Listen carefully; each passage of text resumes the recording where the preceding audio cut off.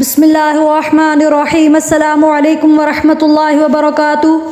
نبی کریم صلی اللہ علیہ وسلم ایک مرتبہ بھوک کے عالم میں اپنے گھر سے نکلتے ہیں اور ساتھ ابو بکر و عمر رضی اللہ تعالی عنہما بھی ہوتے ہیں۔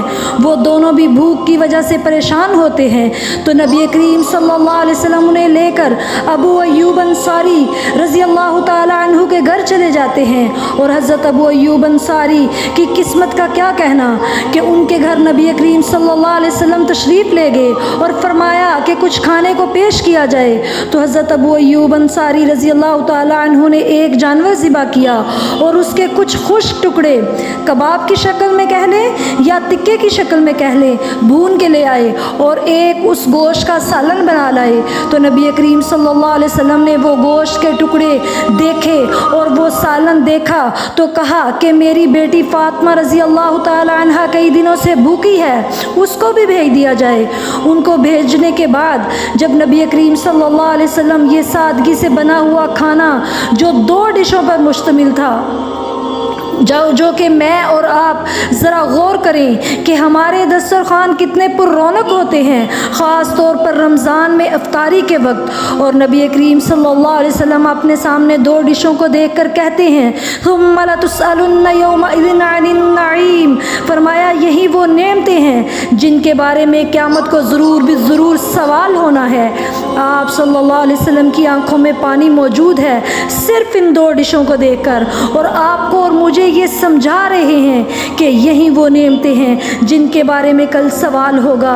کسی بندے کا قدم وہاں قیامت کے دن ہل نہیں سکے گا، پوچھا جائے گا جوانی کہاں گزاری، عمر کہاں گزاری، کہاں سے کمایا اور کہاں خرچ کیا، لیکن میں اور آپ دنیا میں آنے کا مقصد نہ سمجھے کہ یہ دنیاوی زندگی ایک ٹیسٹ ہے۔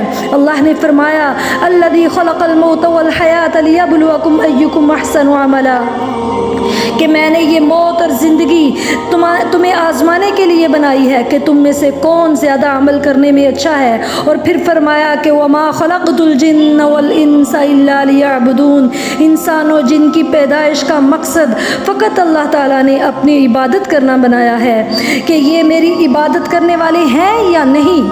اگر ہمارے دل میں اللہ کا خوف اور اس کی محبت نہیں ہے تو ہم غافل ہو گئے۔ ایک اسرائیلی روایت ہے کہ حضرت عیسیٰ علیہ السلام کو اللہ کے حکم سے حالت کشف میں دنیا ایک بوڑھی عورت کی شکل میں دکھائی گئی تو حضرت عیسیٰ علیہ السلام نے ان سے سوال کیا کہ تیرے کتنے خامد ہیں؟ تو کہا کہ میرے خامد اتنے لا تعداد ہیں کہ میں گنتی بھی نہیں کر سکتی۔ تو حضرت عیسیٰ علیہ السلام نے فرمایا کہ پھر طلاق ہو گئی یا وہ فوت ہو گئے؟ تو اس بڑھیا نے جو دنیا کی شکل میں آئی تھی حالت کشف میں کہنے لگی کہ سب کو مار ڈالا، کسی ایک کو بھی نہیں چھوڑا۔ تو حضرت عیسیٰ علیہ السلام کہنے لگے کہ کتنے بیوقوف اور جاہل لوگ ہیں کہ سب کو علم ہے کہ تو نے کسی کو باقی نہیں چھوڑنا، پھر بھی تیرے ساتھ دل لگا لیتے ہیں اور اے دنیا تیرے ہی پیچھے پڑے رہتے ہیں کہ اس نے ایک خامد کو بھی اپنی پشت پر نہیں چھوڑا۔ اور وہ انسان بیوقوف ہیں جو دنیا کے پیچھے لگے رہتے ہیں۔ اسی طرح نبی کریم صلی اللہ علیہ وسلم بھی صحابہ اکرام کو ڈرایا کرتے تھے کہ یا ایھا الذین آمنوا قوا انفسکم واہلیکم نارا وقودھا الناس والحجارہ، کہ اے ایمان والو تم اپنی جانوں کو اور اپنے اہل و عیال کو دوزخ کی آگ سے بچا لو جس کا ایندھن پتھر اور انسان ہوں گے۔ اور جس طرح دیگر نیکیوں کے اعمال ہیں نا، اسی طرح دل میں خوف خدا بھی اعمال میں سے ایک بہت بڑا عمل ہے۔ اللہ تعالی ہمارے دلوں میں خوف خدا پیدا کرے، آمین۔ کیونکہ یہ عمل دکھنے میں چھوٹا ہے لیکن اجر و ثواب کے لحاظ سے اس قدر زیادہ ہے کہ آپ حیران رہ جائیں گے۔ بعض روایات تو ایسی بھی ملتی ہیں کہ صرف خوف خدا کی وجہ سے صرف جرجری آتی ہے یا کپ کپی طاری ہوتی ہے صرف 1 سیکنڈ کے لیے۔ تو روایات بتاتی ہیں کہ جسم کے اندر سے ایسے گناہ جھڑ جاتے ہیں جیسے خزاں رسیدہ درخت کے پتے ہوا چلنے سے فوراً جھڑ جاتے ہیں، سبحان اللہ۔ اور خوف خدا اتنی بڑی عبادت بن جاتی ہے کہ جب نبی کریم صلی اللہ علیہ وسلم نے یہ آیت پڑھی کہ یا ایھا الذین الذین آمنوا قوا انفسکم واہلیکم نارا وقودها الناس والحجارہ، کہ اس دوزخ کی آگ کا ایندھن جو ہوگا وہ لوگ اور پتھر ہوں گے۔ ایندھن سے کیا مراد ہے کہ اگر آگ کے اوپر پیٹرول پھینکا جائے تو آگ مزید بھڑکتی ہے نا، اور اگر آگ کے اوپر مٹی اور ریت ڈالی جائے تو آگ بجھ جاتی ہے۔ بالعموم تو پتھر اور بھاری چیز پھینکنے سے آگ بجھ جاتی ہے، لیکن یہاں اللہ رب العزت فرماتے ہیں کہ اس کا ایندھن انسان اور پتھر ہوں گے۔ اللہ معاف کرے، جب انسان اور پتھر کو اس آگ میں ڈالا جائے گا تو آگ اللہ کے حکم سے مزید بھڑکے گی، وہی ایفیکٹ ہوگا جو آگ کے اوپر پیٹرول ڈالنے سے ہوتا ہے۔ تو نبی کریم صلی اللہ علیہ وسلم جب یہ آیت پڑھی تو ایک صحابی بیٹھے ہوئے تھے پاس، ان پہ غشی طاری ہو گئی خوف خدا کی وجہ سے۔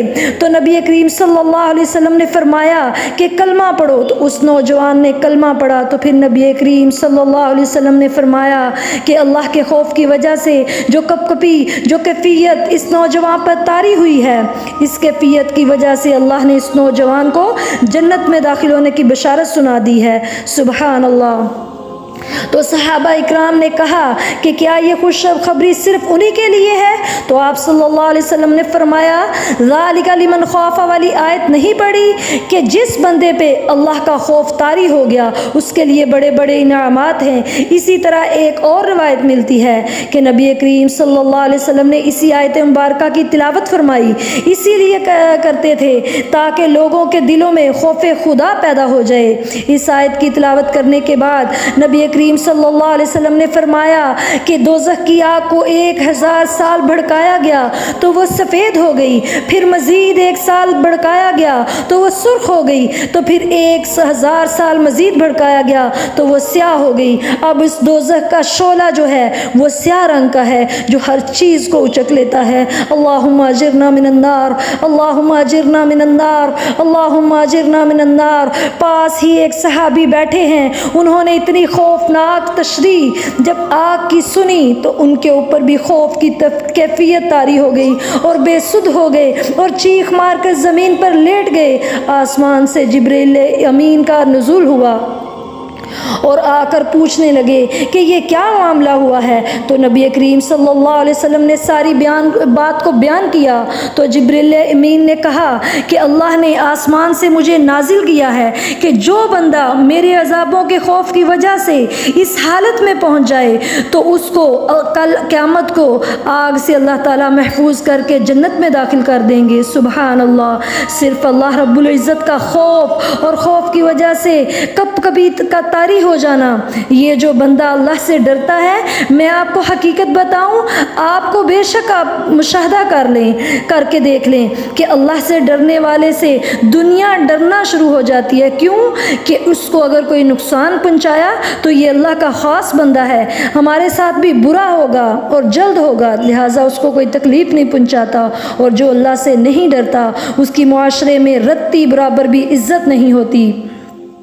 حدیث نبوی صلی اللہ علیہ وسلم ہے کہ نبی کریم صلی اللہ علیہ وسلم نے فرمایا کل قیامت کے دن بھی بعض لوگ خوف فائدہ دے جائے گا اور بعض لوگوں کو اطاعت فائدہ دے جائے گی۔